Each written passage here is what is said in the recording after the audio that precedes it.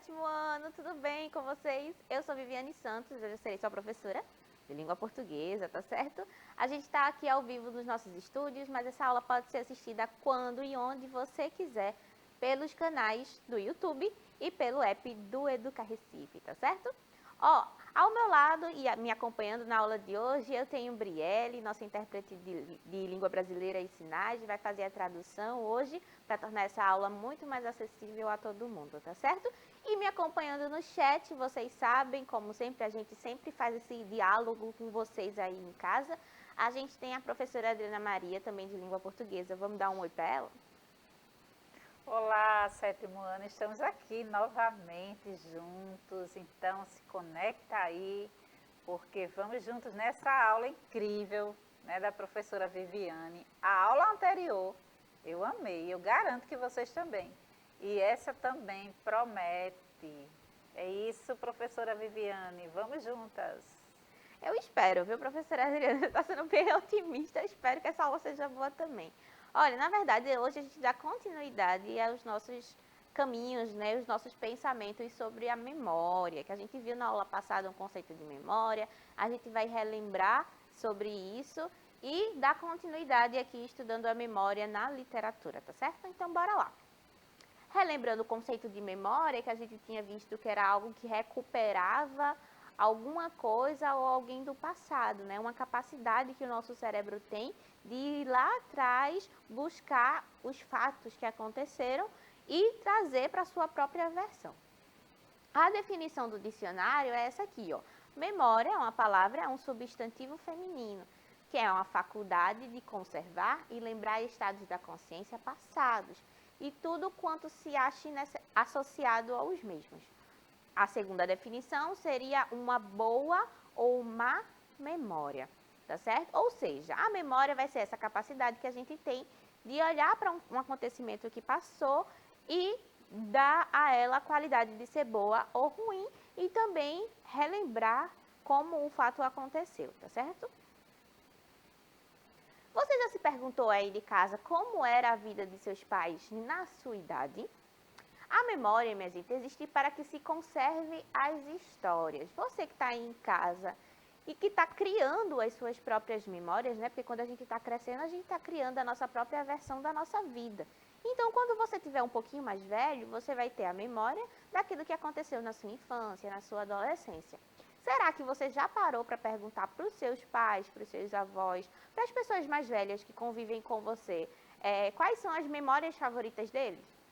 Será que eles teriam algum ponto em comum com as suas memórias, né? Ou algum ponto diferente? Então é um caminho interessante para que a gente consiga entender a vida das pessoas que estão próximas da gente, né? Porque de repente a gente tem coisa em comum e nem sabe. Eu e a professora Adriana, a gente pode ter vivido o mesmo período histórico, a gente pode ter lembranças em comum, de repente uma música, né, que para mim foi importante, para ela também foi. E a gente não sabe disso. Então é só através do diálogo, só através dessa rememoração que a gente consegue descobrir esses fatores em comum e também saber as diferenças, né? E todos os nossos registros, minha gente, são para contar essas histórias e também expor a nossa versão sobre um fato. Sendo assim, é possível também contrapor diferentes pontos de vista sobre o mesmo fato. Registrar a memória é importante porque, lembra que eu falei na aula passada? Porque a gente precisa guardar essas recordações e existem várias formas de fazer isso, né? Existe a fotografia, existe o texto escrito, existe o vídeo. E a partir do momento em que eu faço esse registro, eu conto a minha própria narrativa, né? A minha experiência de vida, dá certo? E também o meu ponto de vista sobre a situação. Por exemplo, eu estou aqui dando aula para vocês, né? Será que se eu contar daqui a 2 dias como foi essa aula, vai ser do mesmo jeito que a professora Adriana? Será que vai ser do mesmo jeito que vocês que estão aí em casa assistindo vão lembrar dessa aula? Provavelmente não, né? Cada um vai lembrar de um jeito e vai contar a sua própria versão. Então, isso é importante, porque saber a memória de cada um vai me dar diferentes pontos de vista sobre o mesmo fato, sobre o mesmo acontecimento, tá certo? E assim a gente consegue contrapor e encontrar um meio, né? Encontrar uma média aí entre as duas memórias, entre a minha memória e a memória da professora Adriana, O bom é que a gente não precisa totalmente de memória, né? Sim. Porque a gente vai ter o vídeo. Vai ficar gravado. Então a gente Certo. pode reassistir a aula. A gente não precisa lembrar de tudo, Adriana. Mas, e se uma das personagens não lembra? E aí a gente vai para as memórias dos filmes, né? Essa é uma problemática bastante comum quando a gente pensa em memória. É a personagem que não lembra ou que perdeu a memória. Ou que vai perdendo a memória ao longo da narrativa. Ou que vai construindo a sua memória ao longo da narrativa, recuperando-a. É um caso de um filme muito conhecido, minha gente, chamado Procurando Nemo. Procurando Nemo é a história de um peixinho palhaço, né? O Nemo, que ele é laranja com branco, e aí ele se perde dos pais. E aí sai desbravando os mares, perdido, mas tentando voltar para casa. Nesse filme, a gente tem a Dory, que é uma personagenzinha peixinho também, que casualmente, né, se encontra com o Nemo, se torna amiga dele, mas a Dory tem uma particularidade. Ela tem uma memória muito curtinha. A memória dela só dura alguns segundos. Então, Dory está nesse esforço aí o tempo todo para tentar reconquistar a memória. Saber quem são seus pais, saber onde ela mora. Então, o filme explora esse lado também de como é que uma pessoa que não consegue guardar as memórias, a dificuldade que ela tem em se inserir, em fazer amigos, em registrar os pensamentos de forma coerente, tá certo? Então, essa aqui é a nossa peixinha Dory, ó. A Dory é uma personagem do filme Procurando Nemo, como eu falei para vocês, e sofre de perda de memória recente e só retém as informações por poucos segundos. Mesmo sem memória, Dory ajuda Nemo, um peixe palhaço que se perde do pai, a voltar para casa. Enquanto Dory não consegue recuperar a memória, outras personagens se confiam completamente nela para contar suas histórias, como é o caso de Memórias Póstumas de Brás Cubas e do filme Divertidamente. Enquanto Dory, lá no filme Procurando Nemo, acaba não reconquistando a sua memória, mesmo ao final do filme, outras personagens da literatura se confiam basicamente na memória para contar as suas histórias, como é o caso de Memórias Póstumas de Brás Cubas, né? Um personagem muito famoso de Machado de Assis. Já no começo da história, Brás Cubas deixa claro que o livro será memorialístico, porque ele morreu e ele decidiu escrever o livro depois da sua morte. Então, ele se confia na memória para narrar todos os fatos que aconteceram na sua vida. Então, a gente tem uma personagem completamente desmemoriada, ou que não retém informações recentes, que é a Dory, e a gente tem o extremo oposto disso, que é um personagem que já morreu, mas que consegue, através da memória, recuperar toda a sua história. É o extremo oposto disso, né? E a gente tem o Divertidamente, minha gente, que é um filme muito engraçadinho. Eu acho que tem mais à frente, deixa eu ver. Aqui, ó. Já em Divertidamente, Riley é uma personagem que precisa se mudar com os pais e por isso passa por um processo depressivo. Esses sentimentos acabam influenciando nos seus relacionamentos e em como as memórias são sentidas. Riley é uma menina, tá certo? Eu acho que de uns 7, 8 anos de idade, que está passando por um momento difícil. Ela está um pouquinho triste. E aí o filme leva a gente para dentro da cabeça da Riley. Tem lá personagens coloridinhos e cada personagem significa uma emoção. Tristeza, alegria, raiva, nojo, vergonha. Então, tudo isso está dentro da cabeça dela. A partir do momento em que as emoções da Riley vão interagindo e vão mostrando para a gente como ela está se sentindo, a gente também tem a relação com a memória. A partir do momento em que eu fico triste, todas as minhas memórias vão ficar um pouquinho mais tristes, porque é o meu momento, é como eu estou me sentindo. Se eu conseguir equilibrar as minhas emoções, conseguir entender que eu vou sentir alegria, eu vou sentir tristeza, eu também consigo mesclar esses sentimentos quando eu for precisar usar a minha memória. Então, os momentos que foram felizes, eu vou reconhecer como momentos felizes. Os momentos que foram tristes, eu vou conseguir também reconhecê-los como momentos tristes. Então, é interessante nesse filme ver como as emoções, elas vão lidar diretamente, vão influenciar diretamente na nossa memória. É muito interessante também. Outro lugar fácil de reconhecer as influências da memória é na poesia, né, minha gente? Não dá para falar de literatura sem falar de poesia, porque é nela que a gente consegue explorar muito bem as emoções. Na verdade, em quase todas as formas literárias, né? A gente também tem a narrativa, onde você tem muito espaço para discutir todas as emoções que sente. Mas a poesia é uma fonte importante, é um lugar importante, onde a gente pode, onde o eu lírico pode ser absurdamente subjetivista, ou seja, dar vazão a todas as emoções que ele sente única e exclusivamente, né? É o meu momento aqui de extravasar. Lembrando que o eu lírico é diferente do autor, tá certo? O autor é quem criou o poema. O eu lírico é aquela voz narrativa que dá vazão ao poema, né? É o narrador, é quem está contando a história. É uma personagem, tá? É uma ficção. O eu lírico, ele não existe de fato. O narrador, sim. O narrador é uma pessoa... Narrador, não. O autor é uma pessoa de fato. Eu trouxe aqui um poema para a gente entender como é que... Quais são os elementos que a gente consegue reconhecer que podem fazer alusão à memória nesse poema de Manuel Bandeira, tá certo? O poema se chama Porquinho da Índia. Quando eu tinha 6 anos, ganhei um porquinho da Índia. Que dor de coração me dava, porque o bichinho só queria estar debaixo do fogão. Levava ele para a sala, para os lugares mais bonitos, mais limpinhos. Ele não gostava, queria era estar debaixo do fogão. Não fazia caso nenhum das minhas ternurinhas. Nesse poema aqui de Manuel Bandeira, a gente tem um eu lírico, né, um narrador, que tá lembrando do seu porquinho da Índia, né? E do afeto que ele sentia por esse porquinho da Índia.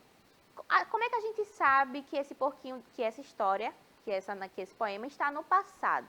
A gente primeiro tem as indicações dos verbos, né, que estão nesse passado, Na primeira linha, no primeiro verso, a gente já tinha quando eu tinha 6 anos.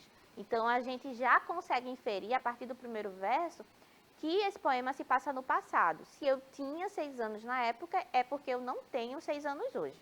Eu sou um pouquinho mais velha, né? Ganhei um porquinho da Índia. O verbo também está no passado.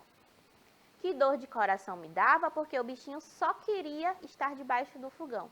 Tá vendo? Outro verbo que também está no passado, queria. Levava ele, também está no passado. E assim a gente vai. Então, sabendo disso, a gente já consegue inferir esse tom memorialístico em cima do poema, tá certo? O eu lírico do poema conta uma passagem de sua infância, se respalda na verdade ou completamente inventiva. O poema é estruturado dentro da memória, uma feliz que busca ressuscitar a imagem desse porquinho da Índia. Lembra no começo da aula quando eu falei que a memória ela pode ser boa ou má? Ela pode ser triste ou feliz. E isso conversa com o filme Divertidamente, que a gente estava conversando agora, né? Eu posso ter o meu porquinho da Índia e a memória dele poderia ser de raiva, porque o porquinho da Índia não queria ficar no lugar que ele colocava, ele só queria ir para debaixo do sofá.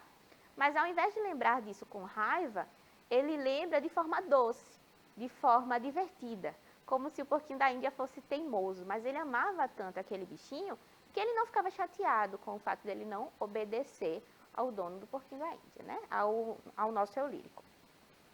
Além da imagem e da lembrança das ações, o poema acaba recuperando também as emoções.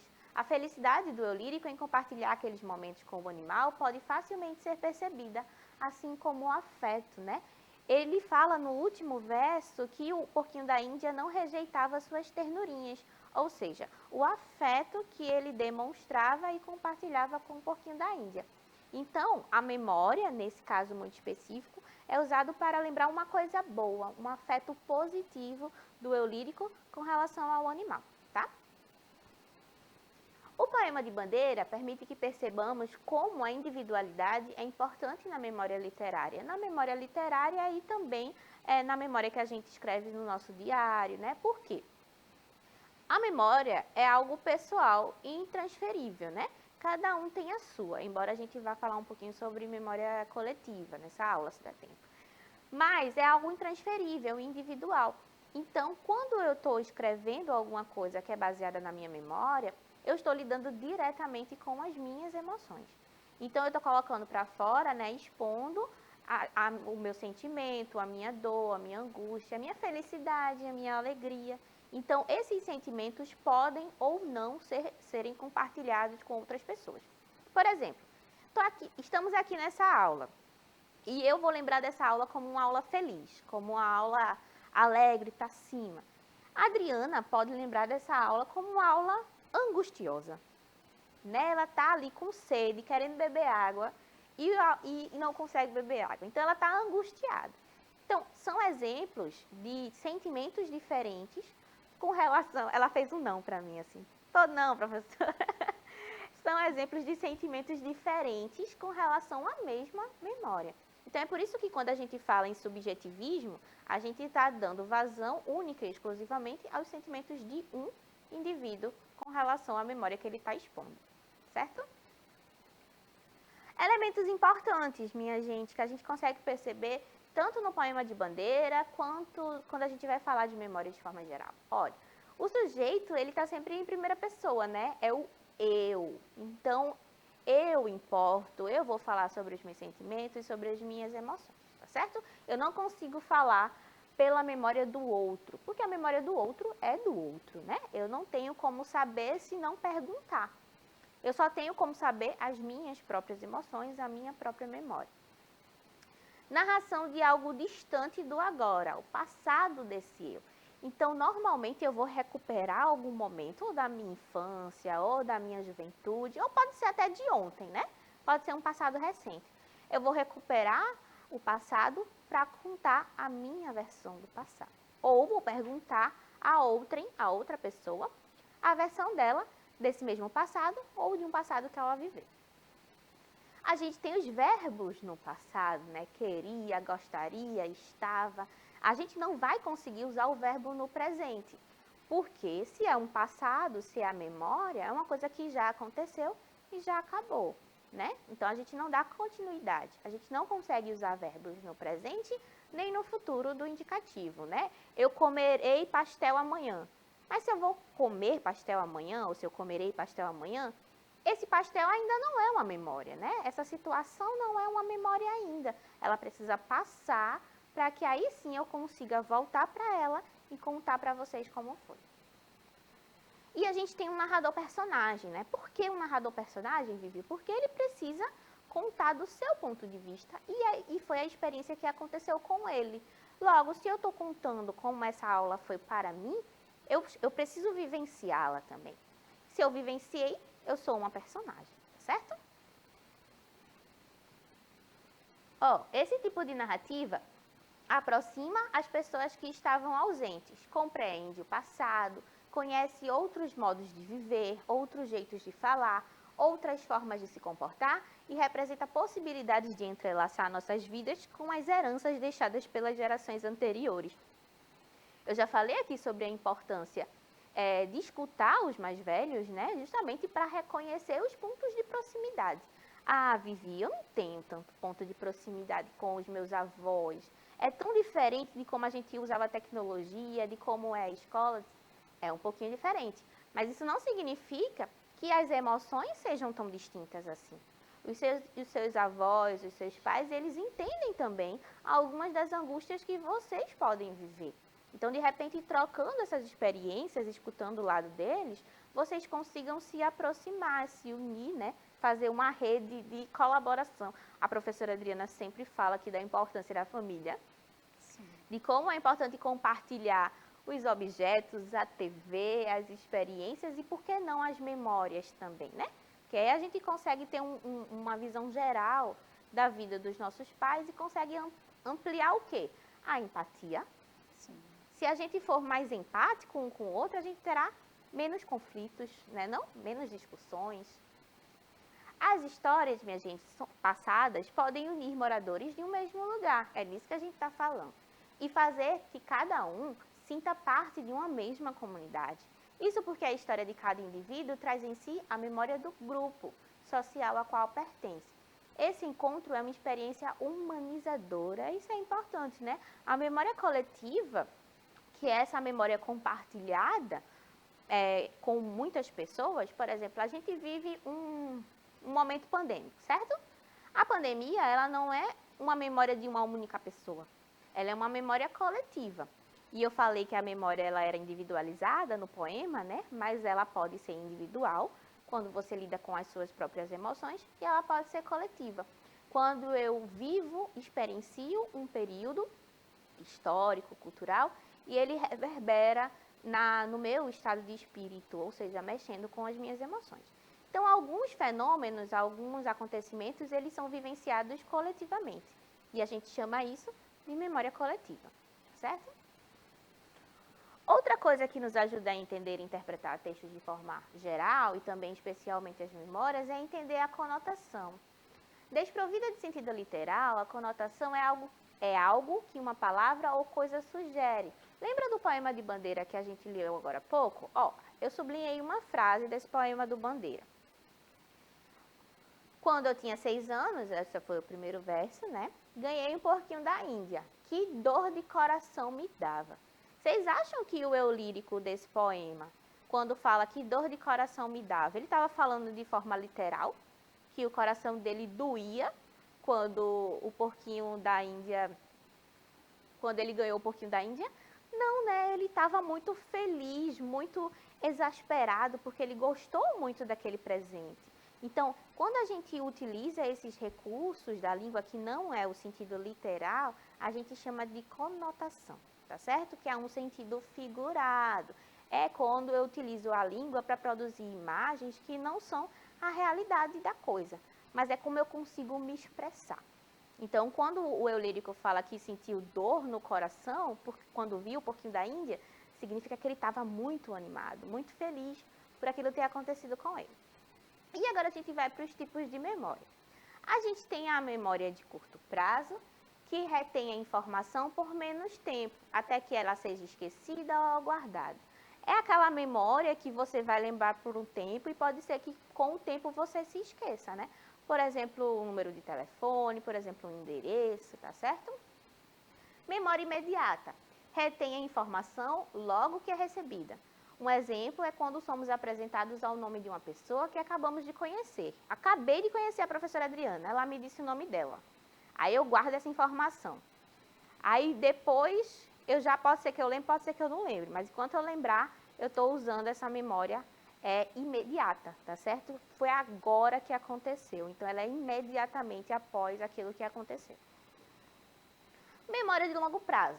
A memória de longo prazo é a que retém recordações de episódios e fatos da nossa vida. É aquela que aconteceu quando eu era criança e vai comigo até o finalzinho da vida ou até muito tempo depois. Então, a gente chama isso de memória a longo prazo.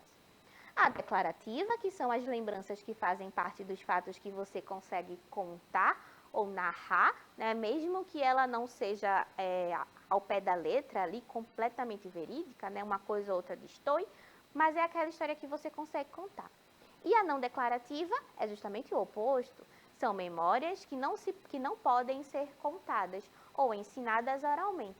Um exemplo disso é aprender a dirigir. Eu posso até não saber contar como eu sei dirigir, mas eu sei que eu sei. Então, esse tipo de memória é uma memória não declarativa, que tem muito a ver com a mecânica do nosso corpo, né? As coisas que a gente faz automaticamente, certo? Uma coisa que pode ajudar a gente a manter a nossa memória é o jogo da memória, professora Adriana. Já jogou? Sim, professora Viviane. E isso aí é comprovado cientificamente, né? Comprovado cientificamente, Pois é. Você vai lá, testa, faz em casa. Acho que podia fazer um jogo da memória qualquer dia desse, professora Adriana. Sim. A gente testa, faz em casa. Vamos fazer um artesanal para que você possa fazer também. E aí você vai exercitando a sua memória, utilizando. Ler também ajuda na memória, né? Ajuda muito. Então, quando você lê um livro que chega no final, que você lembra da história todinha, você está exercitando a sua memória também. Então, faça esses tipos de exercício em casa, para que a sua memória dure longos e bons anos, né não? Isso. A nossa aula está acabando. Vou passar para a professora Adriana, para ela dizer se gostou, se não gostou, e se despedir.